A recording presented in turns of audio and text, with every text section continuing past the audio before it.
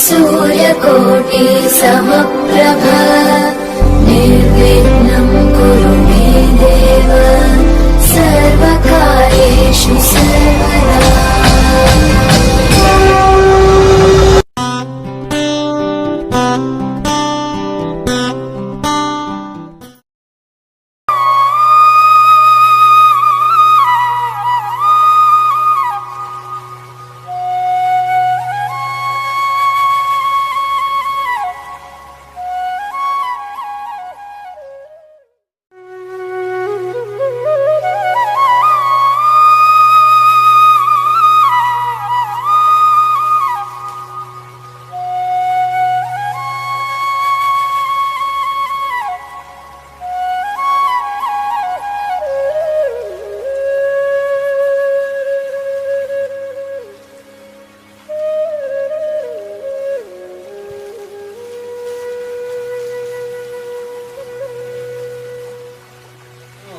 Good morning. Good morning good morning Datta आस आस दत्त आज सकाळ मॉर्निंग वॉक जाइथिलु? हाँ जाइथिली हेले बेणु तुमे तो आउ जाउन आउ एकुटिया जियाକୁ ଭଲ ଲାଗୁନି ସେଥିପାଇଁ ଅଳ୍ପ ବାଟରୁ ଫେରି ମୁଁ କଣ ଆଉ ଯାଇପାରିବି? ବୟସ ହେଲାଣି, ଆଣ୍ଠୁ ଧରୁଛି, ପୁଣି ମୋର ଡାଇବେଟିସ୍। ଆଉ ବଳ ପାଉନି ରେ ଦତ୍ତ, ଏତେ ସକାଳୁ ସକାଳୁ ଯିବାକୁ ବଳ ପାଉନି। ହଉ ଘର ଖବର କଣ? ହଁ ସେମିତି ଆଉ। ପିଲାମାନେ ସେମାନଙ୍କ ଖବର କଣ? ପିଲାମାନଙ୍କ ଖବର ଭଲ ହେଲେ ଆଜିକାଲି ପିଲାମାନେ ବଡ଼ ହୋଇଗଲେ ବାପା ମାଙ୍କ ଖବର ନେବାକୁ ମଙ୍ଗୁନାହାନ୍ତି। ସତେ ଯେମିତି ପରିଣତ ବୟସରେ ପିଲାମାନଙ୍କ ଉପରେ ଆମେ ବୋଝ ହୋଇଯାଇଛୁ।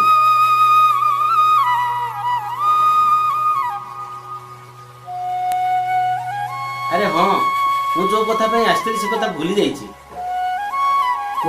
କି କଥା? ଆରେ ମୋ ସାନ ପୁଅର ନିର୍ବନ୍ଧ ଆସନ୍ତା 25 ତାରିଖରେ, ତତେ ରହିବାକୁ ପଡ଼ିବ। ଆଚ୍ଛା ମୁଁ ଏବେ ଆସୁଛି। ଆରେ ତୁ ଏମିତି ତରତର କାହିଁ ହଉଛୁ? ବସ ବସ, ଚା ପାଣି ତୁ ସବୁବେଳେ ଆସୁଛୁ, ଏମିତି ତରତର ହେଇକିରି ଯାଉଛୁ। ତୁ ଚାହା ଟିକେ ଖାଇକିରି ଯା। ନାଇଁ ତୁ ଟିକେ ଟିକେ ଅଳ୍ପ ଟିକେ ଖାଇକି ଯା। ମୋର ଚାହା ଦରକାର ନାହିଁ, ମୁଁ ଚା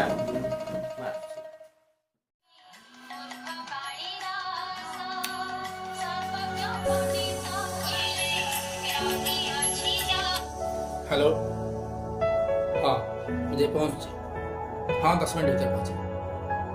ओके ओके ओके ओके।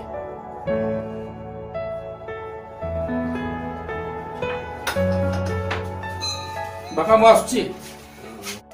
ପୁଅ, ମୋର ଡାଇବେଟିସ୍ ମେଡିସିନଟା ସରିଯାଇଛି।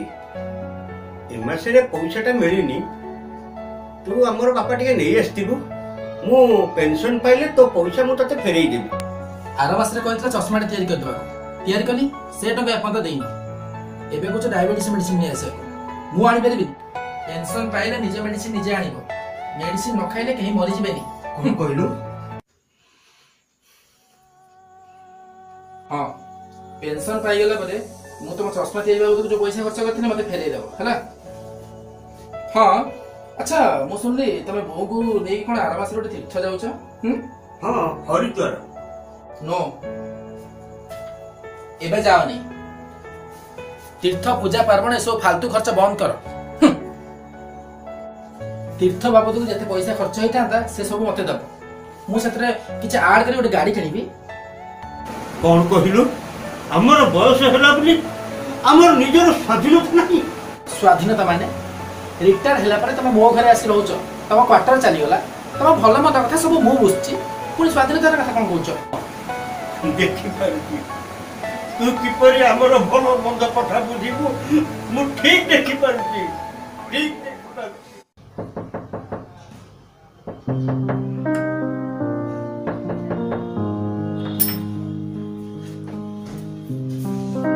କିଏ? କଣ ଦରକାର? ଠାକୁରଙ୍କ ମନ୍ଦିର ତିଆରି ହେବ ତ, ସେଥିପାଇଁ କିଛି ସାହାଯ୍ୟ ମାଗୁଛି। କୋଉଠି ତିଆରି ହବ? କଟକ ଫୁଲ ନଖରାରେ। ସାହାଯ୍ୟ ନା ଭିକ? କଣ ମାଗୁଛ? ନାଇଁ ବାବୁ, ସାହାଯ୍ୟ ମାଗୁଛି। ତତେ ଭିକ ଦେଲେ ମୋର ଲାଭ କଣ ହବ? କି ନା ମଫତରେ ବାପା ମାଙ୍କୁ କିଛି ଦଉନି, ତତେ କାହିଁ ଦେବି? ବାବୁ ସାହାଯ୍ୟ କରିଥିଲେ ଠାକୁରଙ୍କ କାମଟା ଶୀଘ୍ର ହେଇଯାଇଥାନ୍ତା। କିରେ ତୋ ଭଳିଆ ବହୁତ ଟିକେ ଦିନ ସାରା ଏଠିକି ଆସୁଛନ୍ତି, ତୁ କେବଳ ଠାକୁରଙ୍କ ନାଁ କହୁଛୁ ବୋଲି। ଏଇ ଦେଖ 10 ଟଙ୍କା ଦଉଛି ନେ, ଯା।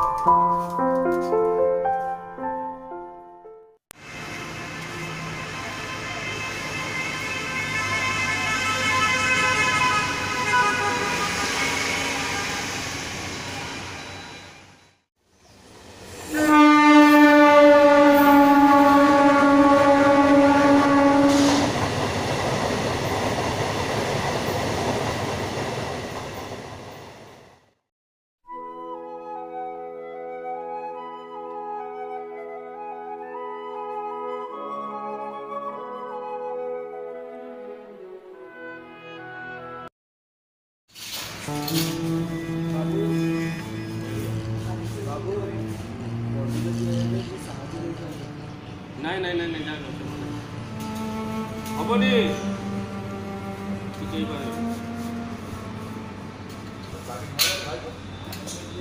ବାବୁ ବାବୁ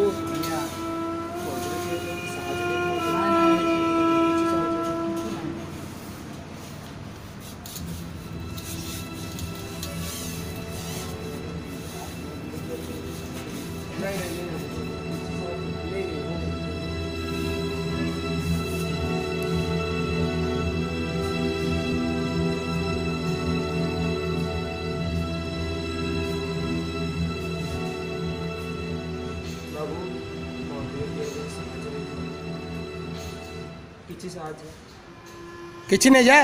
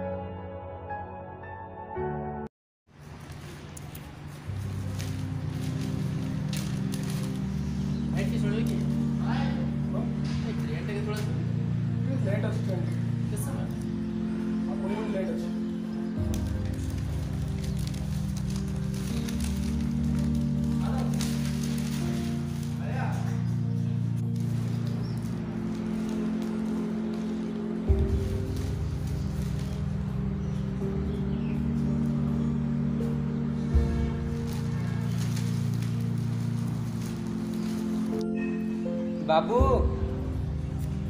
ମନ୍ଦିରର ନୂଆ ମୂର୍ତ୍ତି କିଣା ହବ ତ, ସେଥିପାଇଁ କିଛି ସାହାଯ୍ୟ ଦେଇଥାନ୍ତି।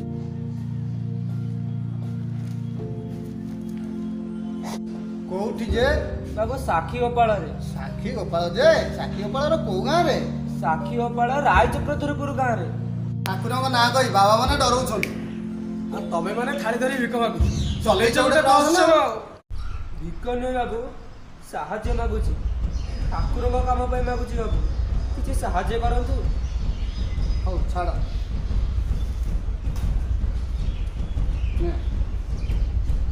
ଆରେ କଣ ଚିହ୍ନି ପାରୁଛୁ? 4-5 ଦିନ ତଳେ ଆମ ଦ୍ୱାରକୁ ମନ୍ଦିର ତିଆରି ବାହାନା କରି ଭିକ ମାଗିବାକୁ ଯାଇଥିଲୁ। ମତେ କଣ କହିଥିଲୁ ସେଠି?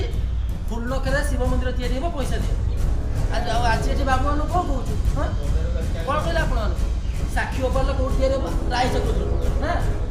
ତୁ ବାସ୍ତା ଟିକିରେ ଠାକୁରଙ୍କ ନାଁ କହି ମିଛରେ ପଇସା ମାଗୁଛୁ। ଏମିତି କେତେ ପଇସା ଦେଲୁଣି କି ରେ? ଆରେ କଣ ପଚାରୁଛୁ ବା? ଆରେ ଠାକୁର ନା କଣ ମିଛରେ ପଇସା ମାଗୁଛୁ? ଆରେ ଏମିତି ଭଲ ବେପାର କରୁଥିବୁ ଆଉ ନା? ଆରେ ବାବୁ ଏଇଟା ଚୋରଟେ, ଏଇଟା କଣ ପଇସା ଦଉଛୁ? ଏମିତି ଆମେ ବେପାର କରୁଛନ୍ତି ଗୋଟେ ଗୋଟେ ବ୍ୟାଗ୍ ଧରିକି। କଣ ପଚାରୁଛୁ ତତେ? ଆରେ ସତରେ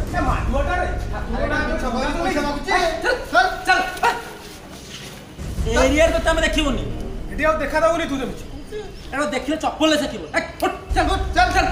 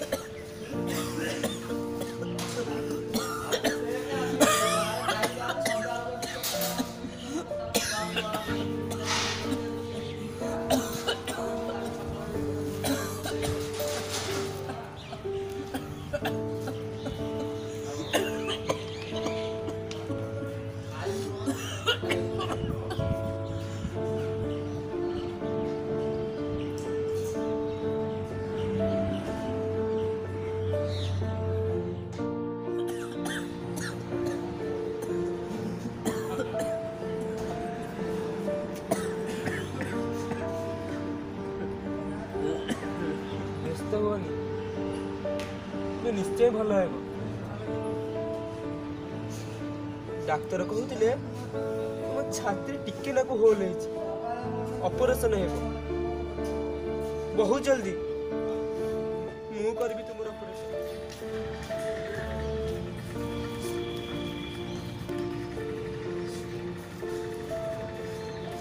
ପଇସା ଯୋଗାଡ଼ କରିବା ଲାଗିଛି ବାପା।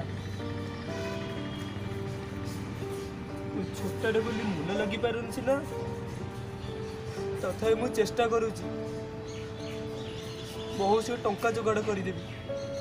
ଆଉ କିଛି ଦିନ ତମ ପୁଅ ଉପରେ ବିଶ୍ୱାସ ରଖ।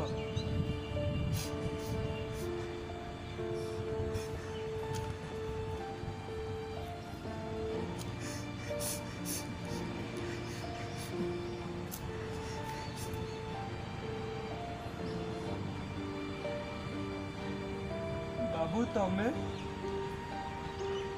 ଇଏ ତମ ବାପା। ମାନେ ତମେ ଠାକୁରଙ୍କ ନାଁ କହି ଯୋଉ ଭିକ ମାଗୁଥିଲ? ମୋ ବାପାଙ୍କ ପାଇଁ, ମୋ ବାପାଙ୍କ ହାର୍ଟ ଅପରେସନ ଅପରେସନ ପାଇଁ ମୁଁ ମୋ ଘର ବିକି 30,000 ଟଙ୍କା ଯୋଗାଡ଼ କଲି।